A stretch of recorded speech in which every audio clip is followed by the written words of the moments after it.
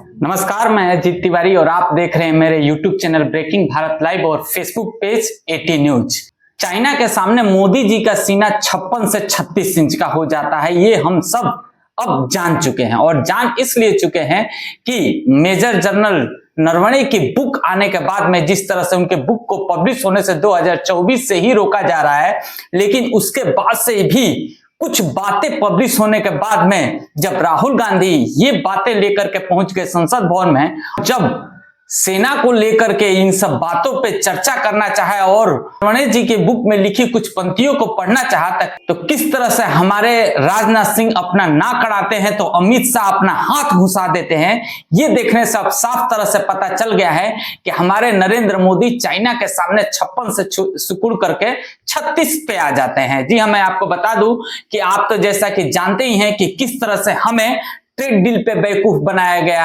हमारे ब्राह्मणों के साथ में बनारस में किस तरह से अत्याचार घाटों पे किया गया, उसके बाद जीडीपी पे किस तरह से बेवकूफ बनाया जा रहा है, ये अब हमारी देश की जनता धीरे धीरे समझ चुकी है और समझ चुकी है कि अब पागल बनाने से नहीं होगा, जनता को जवाब चाहिए। ट्रेड डील में जिस तरह से नरेंद्र मोदी ट्रंप से डरे, ये भी एक बताता है कि मोदी जी का सीना अब 56 से 36 हो चुका है। तो वहीं पे और भी कई सारी बातें पिछले वीक में जिस तरह से आई है, उसके बाद में बीजेपी पूरी तरह से बैकफुट पे दिख रही है और वहीं पे जो नरेंद्र मोदी पूरे भारत को कहते हैं कि आप सुरक्षित हाथों में हैं और वो खुद संसद भवन में अपने आप को सुरक्षित नहीं पाते हैं और जो 5 फरवरी को उनको देना था भाषण, उस 5 फरवरी को पोस्टपोन कर दिया जाता है, सिवाय इसलिए कि आप पार्लियामेंट में सुरक्षित नहीं है और जो उनका सलाहकार बनते हैं वो ओम बिरला जी बनते हैं। गजब की बात है। बारे मोदी जी, क्या सीन है मोदी जी, क्या क्या करते हैं आप, ये समझ में नहीं आता है। देखिए, अभी तक जितनी भी बातें मैंने आपको बताया है वो बात तो है ही, लेकिन आखिरकार ये बात निकल कहां से रही है, इस बात पे हम पॉइंट आउट करते हैं कि आखिरकार ऐसा क्या जनरल मेजर के नरवणे जी के बुक में है जिसके वजह से जो मोदी जी के दाहिने हाथ और बाएं हाथ जो कि राजनाथ सिंह और अमित शाह हैं, वो जैसे ही राहुल गांधी इस बुक का कुछ लाइनें पढ़ना चाहते हैं वो कूद करके आ जाते हैं और इसको पढ़ने से मना करते हैं और ये कहते हैं कि ये बुक पब्लिश नहीं हुई है तो आप इस बुक की कही गई बातें नहीं मान सकते हैं संसद भवन में। ये कहते हैं कि ये टेररिज्म से लड़ते हैं और ये एक कोर्ट से डरते हैं। Why are they scared? ये जिनकी रिपोर्ट है, नरवणे जी ने नहीं कहा, इतना बोल दे। एक बार रिकॉर्ड पर बोले कि नरवणे ने नहीं कहा है। रक्षा मंत्री जी इतना ही कह रहे हैं कि नरवणे जी की पुस्तक को आप रिफर कर रहे हो तो वो प्रकाशित हुई या नहीं हुई, वो स्पष्टता करें। नरवणे की रिपोर्ट नहीं है। अरे महाराज, बुक पब्लिश कहां से होगी जब 2024 से ही ये बुक आप लोग रिव्यू के लिए अपने यहां मांग लिया है और अपने यहां मांगने के बाद इसको अभी तक पिछले 2 सालों में रिव्यू नहीं कर पाए हैं और आप ही लोग जनता लोग बता दीजिए कि जो वकील लड़ रहा है वही जज है और उसी के खिलाफ ये बुक है, तो वो अपने खिलाफ कैसे फैसला सुना सकता है। तो वकील और जज दोनों इसमें हमारे राजनाथ सिंह जी हैं और इसमें पर्दाफाश राजनाथ सिंह जी का भी हो रहा है क्योंकि इस बुक में ऐसी चीजें लिखी गई है जिस टाइम पे राजनाथ सिंह खुद रक्षा मंत्री थे और वो भी डिसीजन नहीं ले पाए थे, तो वो कहां से बोलने देंगे और कहां से पब्लिश होने देंगे। तो चलिए, सबसे पहले मैं आपको बता दूं कि पेंगुइन पब्लिकेशन में छपी ये बुक 2024 से ही रिव्यू में है और रिव्यू में होने के बावजूद भी 2 साल गुजर चुके हैं, लेकिन इसका अभी तक गृह मंत्रालय से नहीं आया है कि इसको आप छापिए, क्योंकि उन्हीं के बारे में है। वहीं पे मैं आपको बता दूं कि उसके बावजूद भी पेंगुइन मैगजीन ने इसकी कुछ पंक्तियां जो है वो छाप दिया, यानी कुछ वर्ड जो है जो इसमें लिखा गया है उसको छाप दिया है और उसके छापने के बाद में साफ साफ ये पता चल जाता है कि जब जनरल मेजर 2019 से लेकर के 2022 के बीच में जनरल मैनेजर थे और इसी दौरान जो एक बड़ा घटना घटता है जहां पे गलवान के कुछ ही समय हुए होते हैं, जहां पे 31 अगस्त को ईस्टर्न लद्दाख में एक चाइनीज द्वारा टैंक असेंबल किए जाते हैं, जिसके बाद में वहां के जो फौजी हैं, वहां के जो आर्मी है, वो अपने चीफ को भेजते हैं कि मैसेज कि ये यहाँ पे हो रहा है, चाइनीज टैंक जो है वो असेंबल किए जा रहे हैं और वो वॉर की स्थिति बन रही है, जिसके बाद में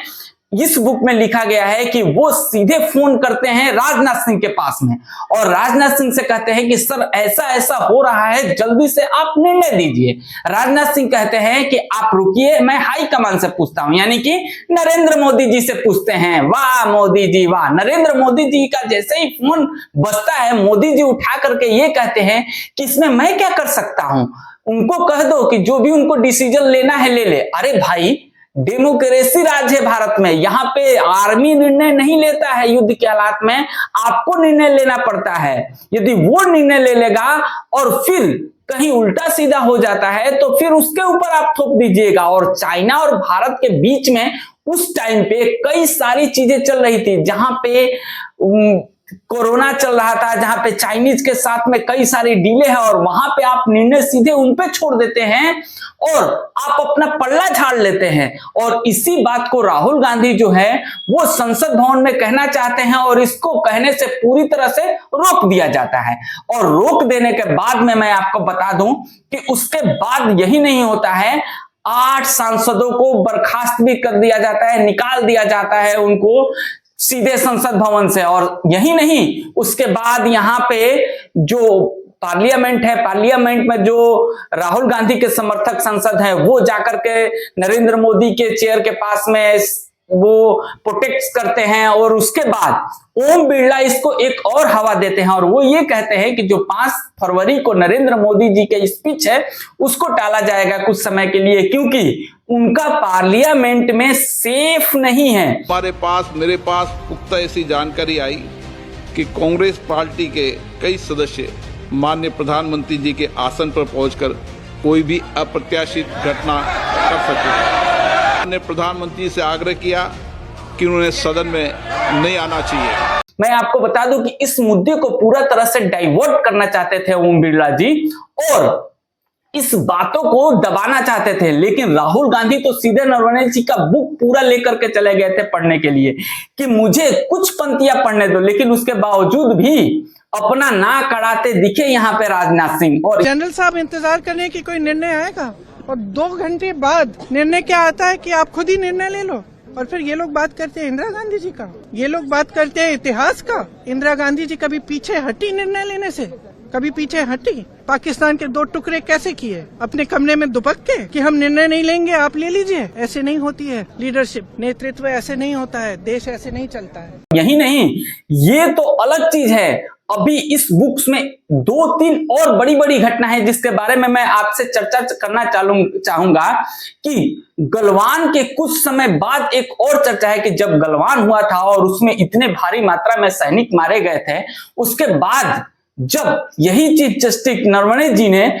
सरकार से फायरिंग की अनुमति मांगी कि फायरिंग की अनुमति दीजिए, तो भी इनका हाथ कांप गया। वाह मोदी जी वाह, जिस सेना के नाम पे जिस तरह से आप वोट मांगते हैं लोगों से और आप ये कहते हैं कि शहीदों के नाम आपका एक वोट जाना चाहिए कि नहीं जाना चाहिए, और वही मोदी जी कहते हैं कि हमने खुली छूट दे रखी है, कोई 1 गोली चलाता है तो हम 4 गोली चलाएंगे। तो ये पाकिस्तान के ऊपर में नहीं, लेकिन चाइना के ऊपर में होते ही आपका 56 इंच का सीना सुकुड़ करके 36 इंच का हो जाता है। और उसके बाद वहां पे भी वो नहीं देते हैं गोली चलाने का आदेश और साफ साफ ये कहते हैं कि सेल्फ डिफेंस में गोली चलाना है। मतलब आपके सामने कोई चाकू लेके या कोई कुंदा लेके आपके छाती में घोंपने के लिए आ जाए, उसके बाद ही आपको गोली चलानी है। यदि वो 10 कदम दूर से आपका एम उसको लग रहा है तो आपको गोली नहीं चलानी है। तो ये समझ जाइए। और बात यही नहीं छुपती है, बात एक और आ जाती है। उस बुक में लिखा है कि जो अग्निवीर का टेम्पो था, जो अग्निवीर लाया गया, वो अग्निवीर आर्मी एक्चुअल में चाहती थी कि कुछ सेना के ऐसे लड़के हों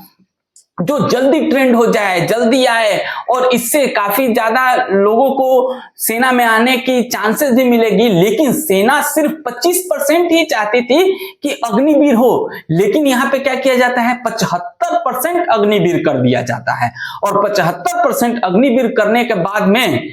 इस बुक में पूरी तरह से जिक्र है, जबकि आर्मी चीफ चाहते थे कि सिर्फ 25% ही अग्निवीर की तरह भर्ती हो और 75% प्रॉपर सेना वाले जवान भर्ती हो, लेकिन यहाँ पे उसमें भी सरकार फेरबदल करती है और 25 ना करके 75% कर देती है। ऐसी बुक्स में अभी और कितनी सारी चीजें लिखी गई है, लेकिन ये पब्लिश होने देंगे तब तो पता चलेगा ना कि मोदी जी का सीना जो है वो एक्चुअल में सच में 56 से सुकुड़ के चाइना के सामने 36 का हो जाता है। यह 36 ही था मोदी जी का, बस इसको दिखाया गया था, बढ़ाया गया था, बुलाया गया था, कराया गया था।